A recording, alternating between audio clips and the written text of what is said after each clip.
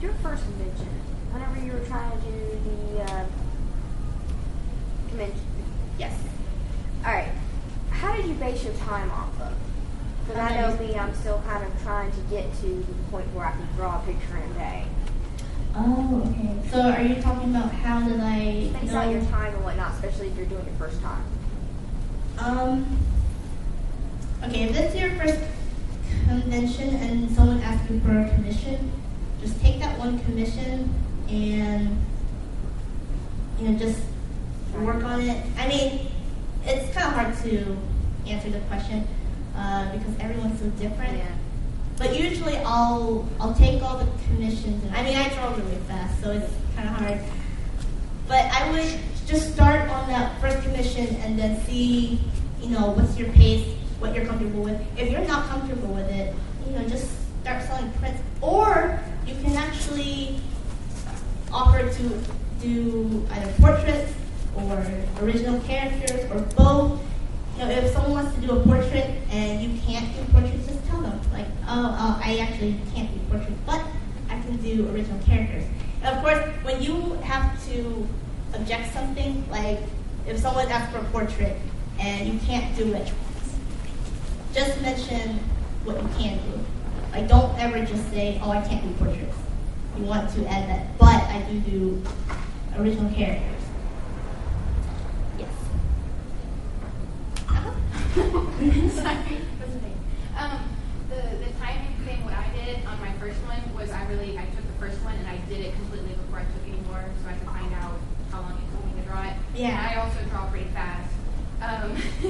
But another thing that I did later to actually time myself was I did stuff with people, friends and family at home. So I'm not pressured or anything, but I tried to do it as fast as possible at a good quality and I could time myself without missing the convention.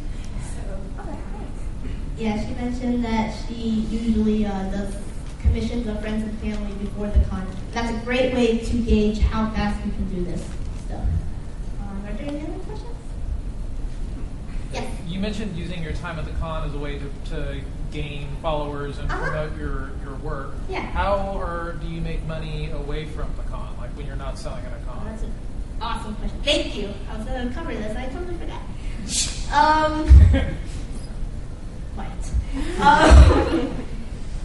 Okay, so for example, if, focusing on stuff beyond immediate profit, everyone should collect email addresses of people who are interested. Whether they buy something, or they pass by, or they make a comment like, oh my god, I love this print, but I don't have money. Just get their email addresses and collect that information. And then just email people afterwards, whether you want to follow them on Facebook. After the con, send each person, I know this takes a lot of time. It took me 2 days to do this last time, but it's so worth it. Go and Facebook each of them individually. Try to remember certain little details about them and say, hey, thank you so much for coming by. I know you liked that Edward Elric print, but I didn't have any more. But I hope you'll continue to, you go to my site and support my work. You just start talking to each person. Working on a sign-up sheet in front of your thing that just says name, website, and your screen name on that website, work email or whatever, not just a sign-up sheet at the end of the comments. Yep, yeah. You mentioned just have a sign-up sheet where people just report their email addresses or their DeviantArt account or something. Just collect the contact information. You do not want to walk away with no one to contact, whether it's artists or customers or people who are interested. Definitely keep that in mind. And I'll kind of expand on how to build the artwork, beyond the con. So remind me. Yeah. At our art table, mine and my partner's forms for commissions, we include an optional field where it says if you have a DeviantArt account, please give your name. Oh yeah. And that way, it's a lot easier for us to let them know, hey, your commission's done. I'm going to post it up on DeviantArt so you can see it, and I'll give you the real version, the high-resolution version, or whatever. Oh, that's a good idea. Okay. Another thing you can do is, once you do a commission, take a picture, put it on Facebook, add them real quick, and tag them on there. That way, all their friends see the picture, all your friends see it, and you get to keep, a copy of your commission or whatever. I have a point, and it flew away. Is there any question? When you say you add people to Facebook or Twitter, do you think you should make a new Facebook or Twitter just for your art? Because I know I wouldn't feel comfortable using my personal Facebook account for use at conventions or giving at conventions. That's a good point. If you are uncomfortable with just giving out your Facebook to random people, you can make a Facebook page. If you go on one of the, a Facebook page, for example, like Coca-Cola or something, you can actually create a page just for you as an artist, your artist persona or something. You can just use that. That way, there's definitely a division between your personal Facebook and people you meet at conventions. Is there anyone else with a question? Yes. For prints, do you go to a certain, what is it? You mentioned princess.com? Oh, that's actually for, like if you want to print posters or keychains or stickers.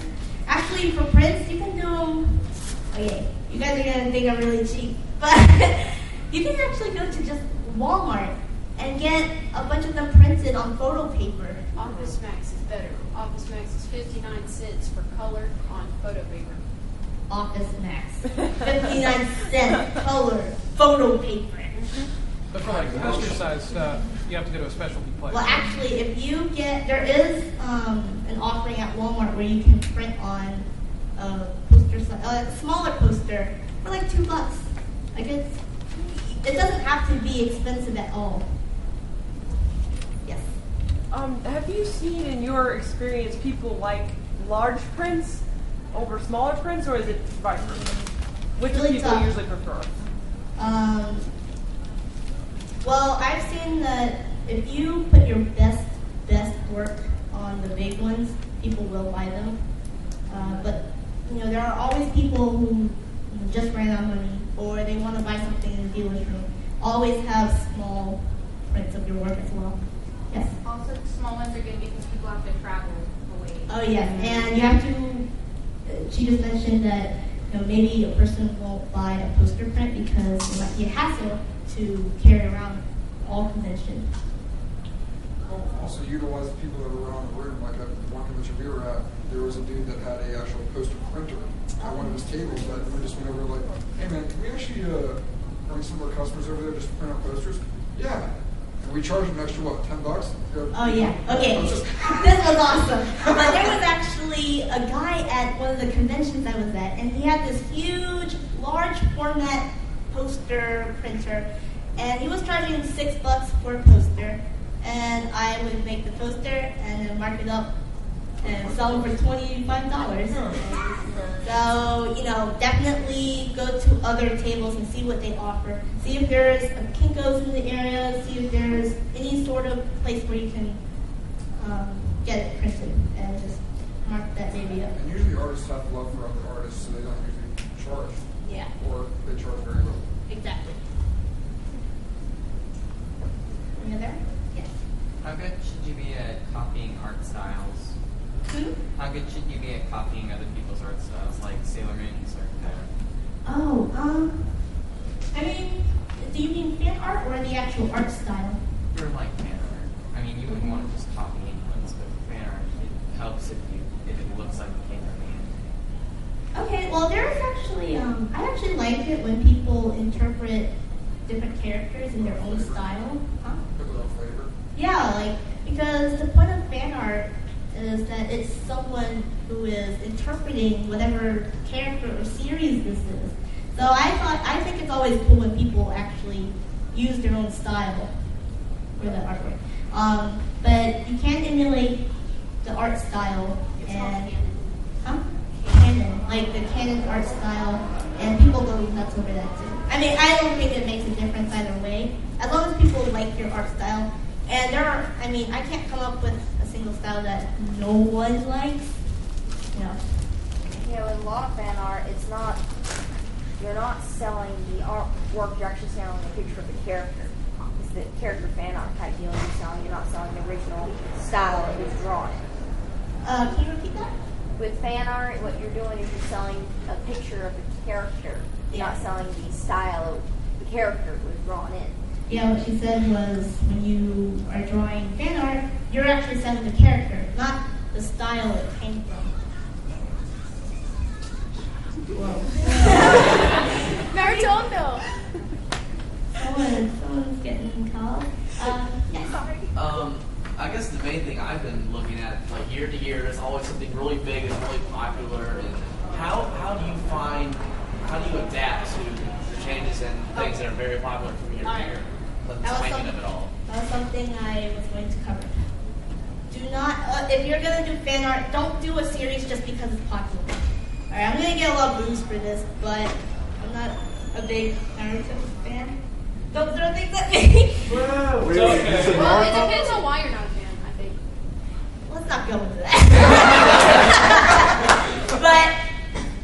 but 1 year I was like, oh my god, Naruto's popular. I'm just gonna do a lot of fan art and get a bunch of people to come over. 1 year, the same year, I was obsessed, like crazy obsessed with Full Metal Alchemist.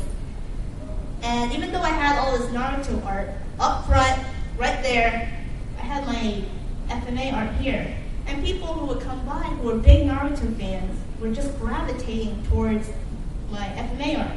And I think it's because when you draw, like, your passion really comes out, and that passion and enthusiasm actually magnetizes people. So it kind of comes off as corny if you just do a character just for the sake of it being popular.